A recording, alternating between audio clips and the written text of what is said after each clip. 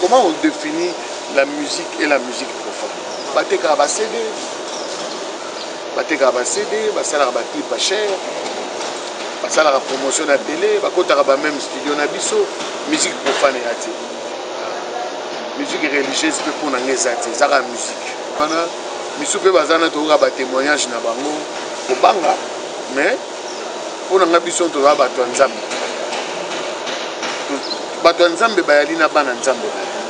Moi je suis un chrétien qui fait de la musique normale. Peut-être bango baba musicien chrétien mais baza ba chrétien. Mais bango pe baba ba musicien congolais nyoso baba ninga malamu. Neti ngabo na problème à mututa. Na yo kana na batu nyoso. So monika mutu mo sale mission chrétien nga to finga se gazan chor. Pour moi na kana na batu. Donc je pense que pour les migrants, vous avez un avantage, vous avez un désavantage, mais le vieux Rambona vit beaucoup, pour les migrants, ils ont goûté. Non, en fait, réception en chef de l'État, parce que c'est lui qui nous a invités par rapport à la consultation. Nous avons consulté et nous on en a profité, on a tout ça la paix mémo. Tout ça la paix mémo, et plutôt s'inscrire dans il nous a expliqué un peu l'état du pays, la coalition, tout ça. Et puis, tout ça, il conduit la présidence Jossa.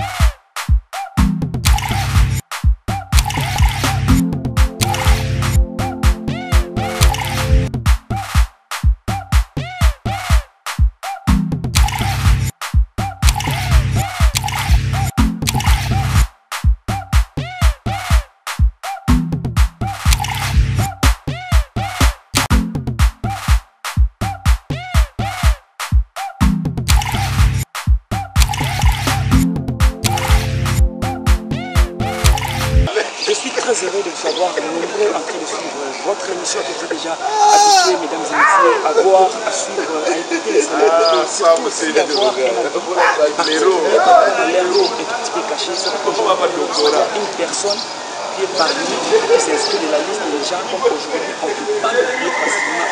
C'est le président Sam Tito, mais c'est Samuel, un visage qui n'est pas à présenter. Le caméraman nous a vraiment nous l'a été parce que ma question va tellement ébranlé pour nous là déjà on a recevoir mon invité qui est président Sam Tito.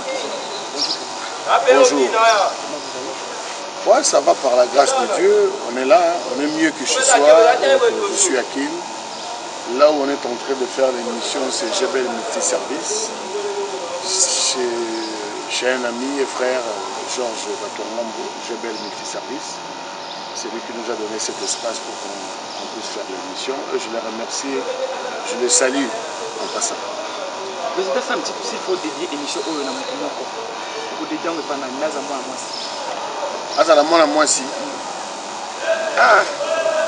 Les injustices on a denga comme moi. Na dédié mission ga na ba maman. Alors président na retour na yo oboya ki to médiatiser pourquoi? Tu te reproches de quelque chose? Non, je me reproche de rien. Na boya ko médiatiser ngate mais bon moi je suis de ces gens là qui ne passent pas à la télé pour ne rien dire. Ngala les cara na télévision na sala émission. Si j'ai quelque chose à dire, quand je n'ai rien à dire, je me tais, je travaille. Parce que dans la groupe, dans le bossé,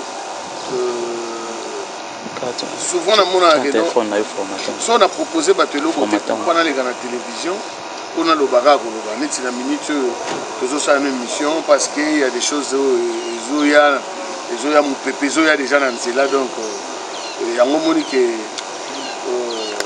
Natacha Gola, a partir à London, a vu vraiment M. Samuel, Koto Batoizo Zelabaninga Malam, équipe dans la Kin, football au Bénin. C'est ça. La musique. À l'époque, on a l'époque, Internet, ndenge internet eye ba streaming eye ba téléchargement makambo belé ça montre l'évolution ya mokili ndenge lelo ekomi ke ndenge tozosala émission boso totie direct monde entier bazotala biso mbala moko mais biso beti musique ya ba VHS na ba cassette audio c'est-à-dire chaîne ya la moko RTNC donc toutes les chaînes oyo na mboka oyo écoute biso tozalaka déjà ba samchi ba antenne A ba RTGA parce que je pense que après RTNC chaîne oyo yaki antenne A après Raga eye na ndenge lelo tokoma na multitude ya ba chaîne donc bango bakuti biso tozalaka déjà ba samchi. Alors, est-ce que ça là on dit que les gens belé la musique? Mais c'est la roue tourne. Musique à Congo to banda et bandana. Musique à Congo et bandana ba griot. Ba griot c'est-à-dire ba vieux wind. Ceux qui battent ba vieux rendo, ba wind ba griot. Ba za robeta patenge. Na ba boane, c'est-à-dire après musique wana et ko comme moderniser na Grand Calais. Grand Calais, Seigneur Ley, Grand Maître Franco, et puis la tendance est bien au quota. En fait, surtout dans l'opération, on est la génération à Congo. Il y a 3 générations. Première génération, c'est la génération par Wind. Deuxième génération, non, il y a 4 générations. Génération, il y a Papa Wind. Génération, il y a Grand Calais. Génération, il y a Grand Calais. Génération, il y a Seigneur Ley. African Jazz parce que le Grand Calais va remettre en batterie. Alors, génération, il y a Seigneur Ley, le Grand Maître batterie. Tu vois, après, tu es dans la génération Zaïko. Génération Zaïko, n'est pas sorti les autres arbres. Parce que génération Zaïko, maracas, animation, danse. Ce qu'on a quand la génération Zaïko, bah vieux beaucoup, bah King Kester Menea. Donc, si tu quittes la C, ils sont tous aux arbres. Biso tout aux arbres, président. Donc, quand on est en politique, est-ce que politique, ils ont affaiblir la musique congolaise? Mais politique, dans un pays, si la politique ne marche pas, et là, au moins, ils vont marcher. Ce n'est pas que la politique, ils ont affaibli la musique congolaise. Ils ont affaibli l'ignoso. La politique, ils ont beau magnoso. Est-ce que vous avez confiance et espoir et un nouveau président qui a changé Mboka? Makassi. On a confiance de Makassi. Parce que Bilembo Ezali, il a la volonté, il a l'amour de ce pays. Parce que c'est un enfant du pays. Et puis, à la première quinoa, à la chef de l'État. Première quinoa. Le président de la République la ministre de la Culture et Art. Mais le ministère de la Culture est un ministère de musicien. Ah bon? Mais la culture, c'est quoi? C'est notre culture, la façon de manger. Nous avons la culture, mais notre façon de manger, notre façon de parler. Les églises. Les sont allés à l'église. Il y a la culture. Sont allés à l'église, bien que comment on va mon bon, mais sont allés au lenga ou sa culture. Voilà. Sont allés vendre des nations, n'engagent au vendre na kin, au kende pas ya baninga, ko benga yaya. Il y a Jean, il y a un tel. Et sa culture. Donc ce n'est pas seulement la musique. Il y a un homme déjà dans le ministère de la Culture. Non, non, non. Il y a la lettre, il y a le 7e art, il y a la comédie, il y a le théâtre, même le foot, même l'école. Ils ont la culture. Donc, le ministère est tellement vaste, mais dommage qu'il y ait un action. C'est-à-dire, pour on a payé, bloqué Bisso, on a repoussé la sous-promotion à la caisse des athées. C'est de ces points-là que Batebele va reprocher. Alors, tant qu'on va déconfiner, on a qui répondre encore la promotion. Je me suis dit non, ça va nous aider. Donc, on a zappé un groupe Nakin. Il faut que tout ça là, 3 titres de musiciens. Pour tant que tout autres titres qu'on a avec une grande promo. Après, tu vas tout faire découvrir en Europe parce que c'est de très très belles chansons. Il y a un moment où tu es aussi ce qu'on a banni en Malam. Voilà, nous allons parler de ça, président. Alors, date, il y a le 11 septembre. Et là, le 11 septembre. Le 11 septembre, date, il y a un essai aux États-Unis. Il y a le 11 septembre. Kasi yango ka rappel ka eza wana des tours de Babel, des tours de Wall Street, non? Ba tour jumelle wana États-Unis. Oui, c'est cool là. En plus, tu as une photo. Jour où on a eu des labels, dans la maison d'édition. On a eu panique et continue la maison d'édition. Après, je me suis renseigné. On a eu des tours jumelles aux États-Unis. Il n'y avait même pas des tours jumelles à Rosalie. Quand on a noté l'année à la télé, on comprend parce que nous on a commencé à être Tambola au Canada, nous on a commencé à être au Médard Kadima, Faustino Mokonzi, J.R. Kuba. Yakuza a déjà message. Donc l'année prochaine, on a States. Est-ce que vous avez toujours Sam et Academia? Donc aussi là, là je parle de succès. Est-ce que succès est là? C'est-à-dire qu'il y a compris. Il y a aussi les années. Je peux expliquer. Aussi les années. Est-ce que succès est là? Autre que la Sam et Academia. Succès est là. Bon, question à eux. En fait, peut-être opposant mon abbé. Je suis toujours Sam Chilto, mais académie. Et là, on a M. Samuel. Pour ton information, ce qui est sur YouTube, on a tous les jeudis dans le bon marché. Et ça a toujours plein. On a pas jeudi, c'est Mikaloki dans Gombe. Et ça va toujours plein. Donc, et là, c'est important dans la musique que vous avez en combo. Là, dans la combo. Donc, vraiment, combo dans la Sam Chiltou, M. Samuel, on a soigné combo dans la bien, partout dans Kenya, Ouganda, Kenya, Tanzanie, mais Mikolo a bougé par rapport à ma santé. On a dit que Montréal, côté à Dikanda, toujours au Japon, Ben Waiki, Patrick Mbwebe ML, surtout les gars à Montréal, ils sont nous les Nabetagi. Donc dans la musique, il faut durer dans le temps. La musique va le rater. La nouvelle génération, ce n'est que normal. Parce que ma grand-père Balagi Bazarali Soussouté, ma grand-père Boziti Lelo Bayali. Donc c'est l'histoire, ça continue. Est-ce que vous avez vu tout le président succès wana et ça académie à tout pour le baptême merci na en fait batupena baoze la baninga malam baoze la baninga malam ne makam yo zela tant baninga malam robima bongo to sala émission so ya otu parce que moi j'aime pas parler des gens alors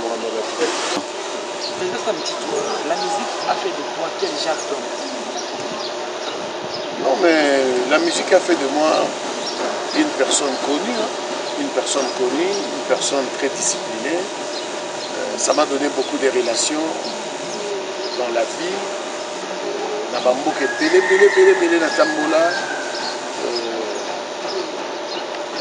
Aujourd'hui, je vis de la musique. Bien que la musique, tu as showbiz, il y a le business. Il y a le show et le business. Mais je suis connu grâce à la musique. J'ai toujours été reconnaissant de la musique. Et de là où je viens, le quartier latin, j'ai toujours été reconnaissant. Donc ça fait partie de moi, quoi. Je suis un vrai passionné de la musique. Alors, le principe pour pénétrer la musique? Ah, j'aurais perdu. La perdu est là au Morte. La perdu est là au Morte. Mais tu sais, dans la vie, ce n'est pas seulement le talent, il y a un monde qui est primordial, non. Le talent ne suffit pas, il faut être très très discipliné. Et moi le principe de la vie c'est le respect et la considération de l'homme. Parce que les autres sont humains,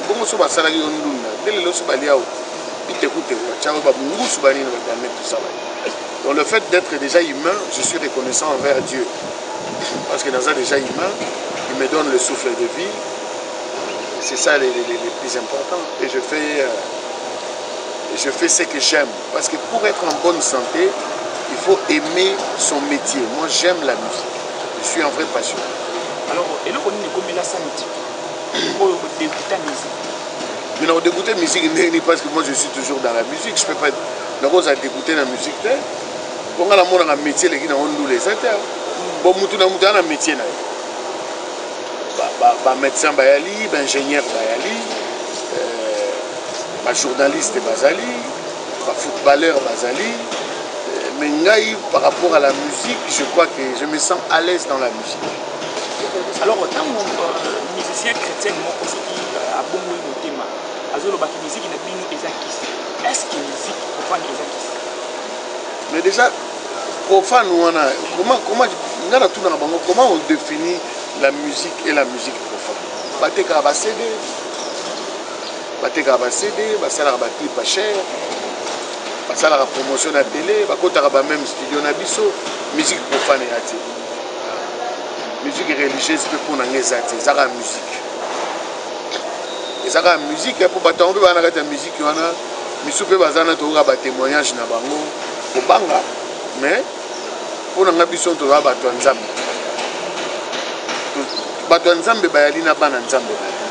Moi je suis un chrétien qui fait de la musique normale. Peut-être bango baba musicien chrétien mais baza ba chrétien. Donc pour nga ezanyo c'est ça la musique. Parce que mutu mo asufla ki na bina tuna yo eyo mezana combien de titres? Eyo mezala ki na combien de titres? Eyo mezala na 12 titres. Il y a 12 titres est-ce que tu sois priant on a baninga malam. J'en profite pour saluer Jean-Si Mayas. Forza Italia. Et bon anniversaire à toi mon frère Hippo Tums. Ah Tums, Okoli Makasi, mais Tika Polingo Tikati. Joyeux anniversaire à toi. Président, avant de le dire, Baninga Malam, tous on a battant pour le profiter de ça. Mais bien on se paye ça dans mon bateau. Tu vas y vivre mysticole, va chambouiller, un album Sanction. Nzembo na dédié na kulutu na ngatika biso ya Jimbo Dibala. Autant donc tout ça là banzembo belé ya bien et puis tout ça là Viagra banzembo le ba collation de grade ba Sumukiriye ba Zabalumbu, il y en a tellement de chansons.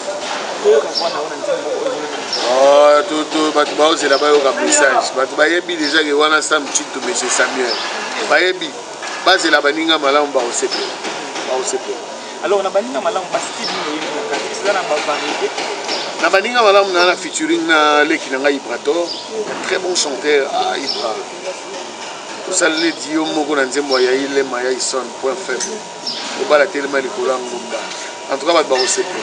Et il y a une chanson que j'ai chantée dans ma langue traditionnelle en Kisonge et na générique ne penza tozong si ba to pena na générique penza na modèle wana toke na phobie mais to petit pena générique avec un grand animateur, on va redécouvrir Colonel Kosi Sisabidine.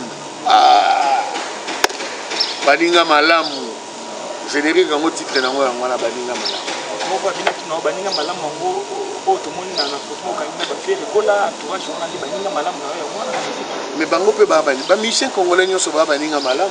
Neti ngabo na problème à mututa. Na yo kana na batu nyoso. So monika mutu mo asale mission chrétien ngato zo finga se ka zancho. Pour moi, on a un problème dans le Congo, il y a 80 millions d'habitants. J'espère que dans un mois, à 100 000 personnes, ça me suffit pour ça déjà bien. Donc, nous avons un espace. Nous avons contre Moutouté, nous avons pour Moutouté. Nous avons un bangonio sur Balinga.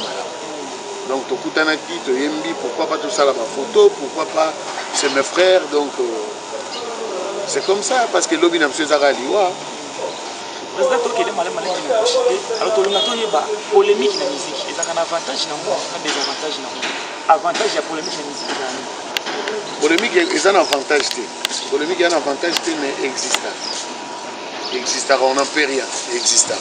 Et ça, là, tu nous souviens, tu as un peu de ça, tu as pour maquiller tout en terre. Donc, il faut que vous allez donner des leçons. Et même ils savent pourquoi ils le font. Donc je pense que pour les migrants, vous avez un avantage, vous avez un désavantage, mais le vieux Rambona vu beaucoup, na weko palwa pour les migrants, ils ont un goût. Alors est-ce que vous avez déjà affilié la Sokoda? Nous avons membre à Sokoda depuis. Nous avons Sokoda depuis. Depuis, qu'est-ce qui s'est passé entre nous quand l'on a verki? Boguer wana nina yebi amoti donc moyen à commenter exact parce que ngana commenter makambo na yebi on a yebi je commente pas. Alors s'il faut aussi la réflexion sur la musique de 1960 Tilelo Mais le monde a évolué. Les lois taillent on a beau on a parlé dans téléphone nous tout moi bien sali son yembi pas. Pour les bossos so yembi mabe o yembi mabe. Mais le logo yemba mabe ba chango na autotune ba pareil les ont si voir na note. Mais les bossos ça y bon moto. Tant biso to beta déjà ba na ba bon moto yemba kana nti to ya na ba loi ba droit de veto na ba sanction même si na ba Viagra ba bloc on est à na mpea. Alors sur la politique, pour la gratuité, il y a un enseignement pour faire le bani. Mais ça, c'est inscrit dans la Constitution. Tout l'équipe président, lui, il a eu quand même le courage à respecter la Constitution. Bien qu'il y ait des crocs à jambes, mais ça va, beaucoup des enfants de l'Obazon Gichik, les parents vont dépenser moins, ils vont dépenser les logos dans l'uniforme et puis dans la. C'est ça le plus important. Le peuple doit être instruit. Parce que si on détruit l'instruction dans Mboka, ça dit qu'on détruit Mboka. Il ne faut pas ça l'instruire. Actuellement, ça me dit qu'il y a une place ni la musique. Dans la place à occuper d'un musicien comme le fait de la musique, dans la place de numéro 3, numéro 10, attends un numéro 100, on a ça déjà. Donc tout est culture. Donc culture et zalika ate nenge batebele bazula le ministère wande bazo bosa ela mobien. Machine. Machine lancée. Message ni boloba qui n'a pas de bosola qui n'a eu problème ni. Non, en fait réception en chef de l'État parce que c'est nous c'est lui qui nous a invités par rapport à la consultation. Nengazo consulter Batou. Et nous, on en a profité, on a tout ça l'appelé mémo. Tout ça l'appelé mémo, et plutôt s'inscrire dans Makanisinaï. Il nous a expliqué un peu l'état du pays, la coalition, tout ça. Et puis, tout ça, il conduit la présidence Jossard, à qui j'ai beaucoup de respect et une grande considération. Donc, président Jossard à Konozari Bisso, après Blaise Boula, Jean Goubal, c'est les trois personnes qui ont pris la parole. Président Jossard a présenté dans le Bisso Yosso. Et puis, ça reste moi, mon conseil, on est dit non, Sam, tu as pris du poids. Sélection de Salamakindi. C'est tout le monde qui va tête, il les régules à Salaki, tout le monde va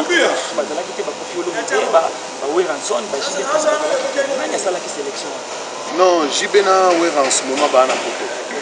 Faire pas aller na photo, fallait pas aller na photo. En tout cas beaucoup d'artistes bazarité, bazaki na photo, mais nzembo to yembi à consultation, faire à Laki, Didier Lacoste, Bina Filé, Ibrator, Papa Bombenga,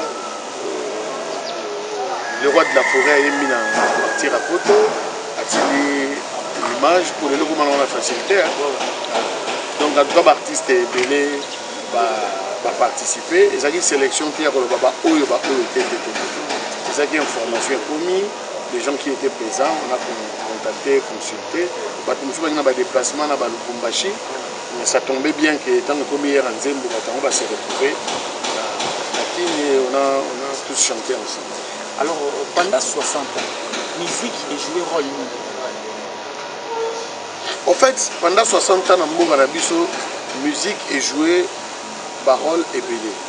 Il y a l'une des raisons, président Jossard Alobaki, on était très heureux et nous sommes très reconnaissants envers le chef de l'État parce que la consultation a été à Benguisipe, les musiciens, à Benguisipe, les artistes et belé, les comédiens, les Kendaki, à Benguisipe, entre autres, Bissopé, les musiciens.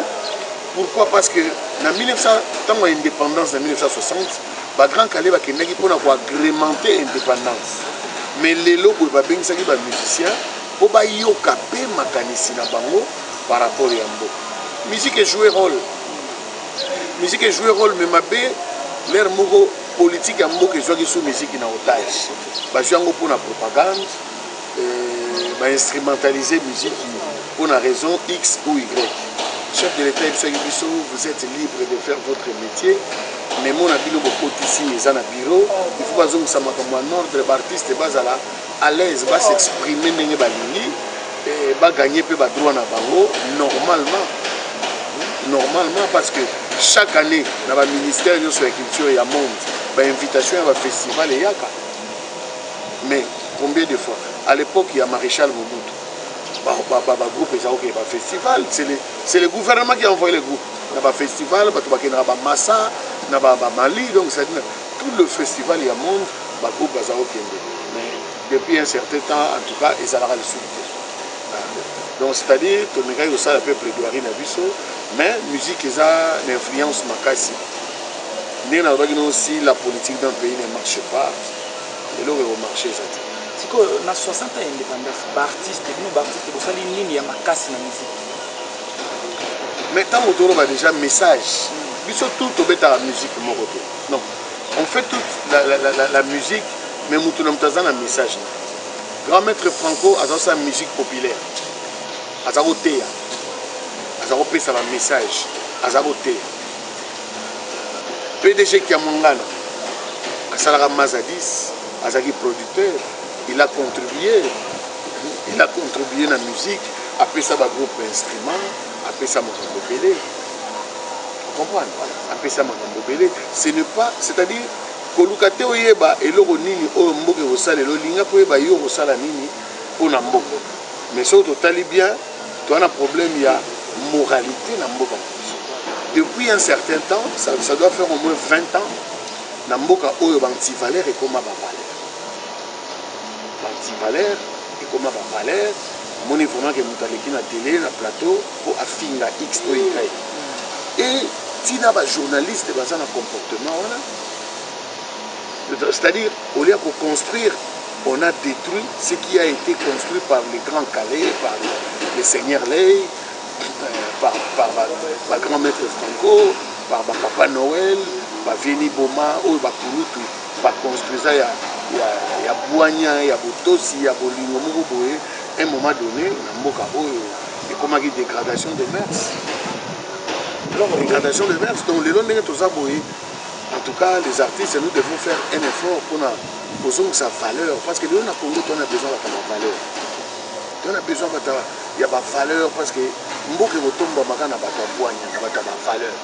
Parce que nous sommes professeurs, mais moi je me pose des questions. Nous sommes un professeur, mais il est à l'encontre de son intelligence. Comment on peut vous appeler professeur? Alors, le président, pour boucler la boucle de l'indépendance, c'est le président Samki. Après 60 ans d'indépendance, est-ce que la musique n'a pas et quel bosso ils ont dit si marteau et télé. Mais ils ont la musique pourquoi? Il faut que tout le monde après 60 ans d'indépendance, le Congo est devenu quoi? Parce qu'ils sont musiciens? Non. Nous sommes musiciens, mais nous sommes pas chic. Au moins, place où nous allons, nous avons un GBL multi-service, mais nous avons un IPG. Donc, même bateau, on a un poteau, bateau, batangina, côté à Chaoumba. Moi, j'ai étudié de l'autre côté là-bas, en 30 novembre. Donc, tu es chic. Donc, quand on parle de musique et quel bosso qui est non. Le bas 60 ans d'indépendance, Mboka et Wapi. Quand la musique, parce que le foot aussi, c'est l'art. Art, bal et présent, art, bal et Kewapi. Politique et Kewapi. L'avenir et Congo et Kewapi. Vous comprenez? Aujourd'hui, la selle denrée la plus vendue qui représente le Congo, c'est la musique. C'est la musique aujourd'hui. Sauf que dans le pays de l'Afrique, par rapport à la musique. Donc c'est-à-dire, la musique dans 60 ans, la musique a vendu notre pays dans le Liban. Mon place, c'est leur contribution à la musique est salie. Art est sali. Entre autres, la musique, l'art, où il représentait Congo. Mais après, le reste, c'est. Alors, le président Sam Tobeta dans le solo, il y a Eyoma. Pourquoi Eyoma? En fait, Eyoma est un disque moro. Na sala na ngopena ba ne bele pour asilisa. Ezaka Eyoma. Pour nga mo ve memelanga swe. Memelanga Eyoma pourquoi? Parce que mena lo bano makamno ba shiko sukadi ya bien très bien. Ba ya ile mama ba la telema likola ngomba ba ebike Eyoma memelanga Eyoma. Na sens ni. C'est-à-dire Eyoma tango to bimisi yango. Et biminga na sana ki. Na bandi promotion. L'air na bandi promotion.